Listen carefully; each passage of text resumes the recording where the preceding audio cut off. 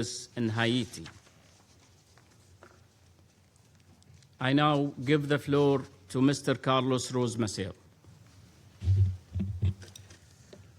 I thank you, Mr. President. Mr. President, distinguished members of the Council. It is my pleasure to present the Secretary General's report on Haiti and to brief this Council on the latest developments in the country. It is particularly an honor to do it in the presence of Prime Minister Fils-Aimé, and I take this opportunity to thank him for the support and the trust he has placed in the United Nations and in particular on the political mission in the country. His presence also underscores the strong commitment of the Haitian authorities to engage directly with the Security Council at this critical juncture. I would like to also welcome the participation of the Special Representative of the Gang Suppression Force, my colleague Jack Christophedes, whose recent arrival in Haiti signals the progress achieved since my last briefing. I also wish to commend the appointment of Ms. Daniela Kroslak as the head of ONSO. I am very satisfied, Mr. President, that BINU, along with the UN Support Office in Haiti and the Gang Suppression Force, have established a close and constructive relationship in support of the national efforts by the Haitians towards security, stability, and the restoration of democratic institutions in Haiti. Mr. President, when I last briefed the Council in January, I underscored that Haiti was entering a decisive phase requiring sustained efforts across the political and security tracks. This phase is clearly now fully underway. Haiti stands at a pivotal moment where political and institutional progress is laying the foundations for a credible path forward. On the political front, the transfer of executive authority on 7 February to the Council of Ministers under the leadership of Prime Minister Fils-Aimé ensured institutional continuity at a moment of significant vulnerability.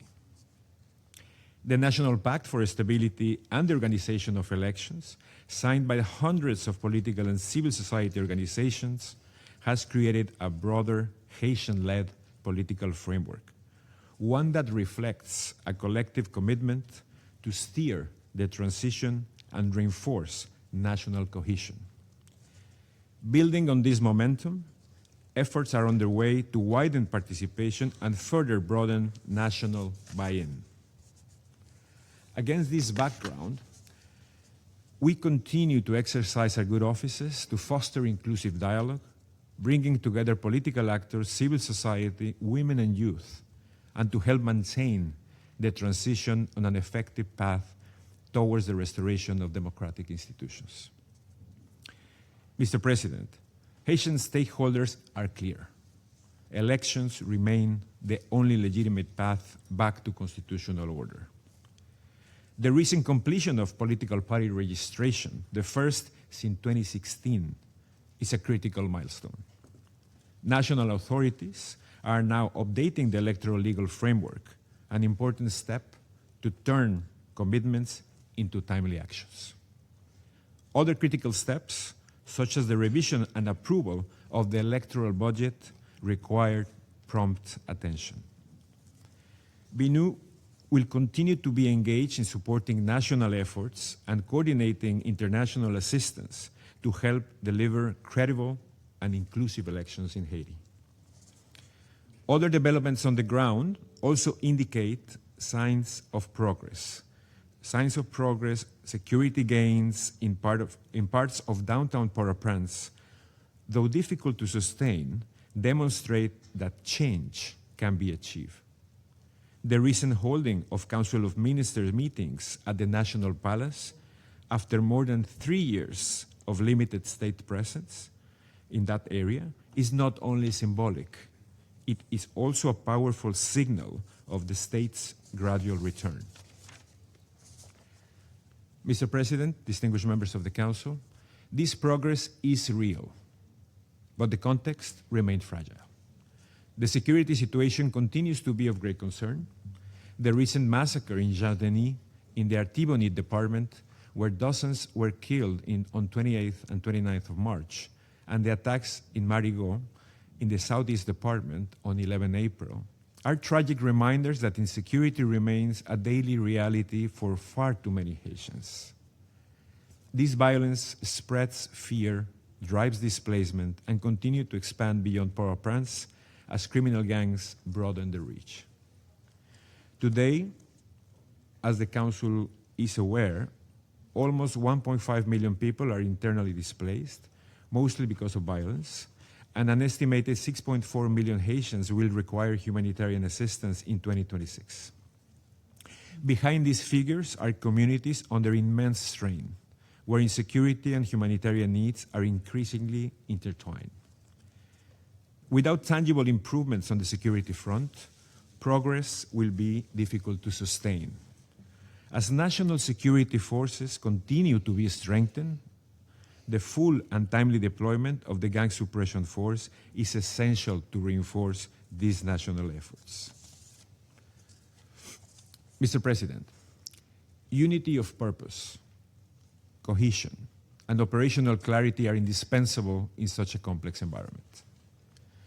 In this regard, the coordination mechanism established on 14 April, bringing together BINU, the recently established UN Support Office in Haiti, and the Gang Suppression Force, is instrumental in ensuring that international support is coherent, coordinated, and aligned with the national priorities determined by the Haitian authorities. At the same time, as this Council has recognized, the security response alone will not suffice. Renewed national efforts on disarmament, dismantlement, reintegration, and community violence reduction play a significant role in consolidating security gains and creating space for further political and electoral progress. The reconstitution of the National Commission for Disarmament, Dismantlement, and Reintegration on 24 February is a welcome and an important step. BINU is already providing technical support to help design viable pathways for disengagement and reintegration, particularly for children and youth associated with gangs. During a visit to Le Cai on 7 April, where the Prime Minister and other international partners were present, I witnessed firsthand how orientation and transit centers can help to restore hope, offering meaningful alternatives to children and youth, vulnerable to violence in these circumstances. And these initiatives must be sustained, but must be also scaled up under the leadership of the national authorities and with the continued support of BINU, the entire UN system, and the international community more widely. Mr. President, without visible progress in the administration of justice and the fight against impunity, the restoration of state authority will remain susceptible to reversal. I welcome the progress made in establishing the 2 specialized judicial units on mass crimes and financial crimes, and look forward to the appointment of the judges that would allow these courts to be fully operational. Concurrently, we must address one of the key drivers of violence: the continued flow of illicit arms and ammunition. While sanctions remain a critical tool to deter those seeking to further destabilize the country, it is equally important to intensify efforts to curb these flows, which continue to fuel gang expansion and criminal control. Major attacks, such as those recently registered in Jardini, are closely linked to these dynamics. When access to ammunition is reduced, violence declines. When supply resumes, large-scale attacks follow. This cycle must be broken. Strengthening the implementation of the arms embargo, combating trafficking, and tightening weapons control must remain a top priority. Monsieur le Président, distingués membres, Mr. President, distinguished members of the Council, in January, we underlined that this year should be the year of progress, tangible progress. We welcome the political and security efforts that should converge to put the transition on an irreversible trajectory. Today, institutional continuity has been preserved. A political framework has emerged and progress has been achieved to move towards reestablishing democratic institutions. But these achievements will continue to be fragile as long as they are not translated into tangible results for the population, especially when it comes to security. Haitian men and women should be able to restart their daily lives without being afraid of being killed, raped, or kidnapped. The time has come for collective responsibility. With sustained national engagement and coordinated international support, it is possible to turn this critical phase into a real game changer for the country. The United Nations, through BNU, will continue to be fully committed alongside the Haitian authorities to turn this window of opportunity into tangible progress towards restoring security and reestablishing democratic institutions. The constant and unified commitment of the Security Council and its members continues to be indispensable to maintain this impetus, ensure the coherence of international support, and walk alongside Haiti on the path of sustainable stabilization. And I would like to recall a Haitian proverb, "Men en pile, chai palou." I thank you. I thank Mr. Ruiz Massieu for his briefing. I now give the floor to Mr. Jack Christofides.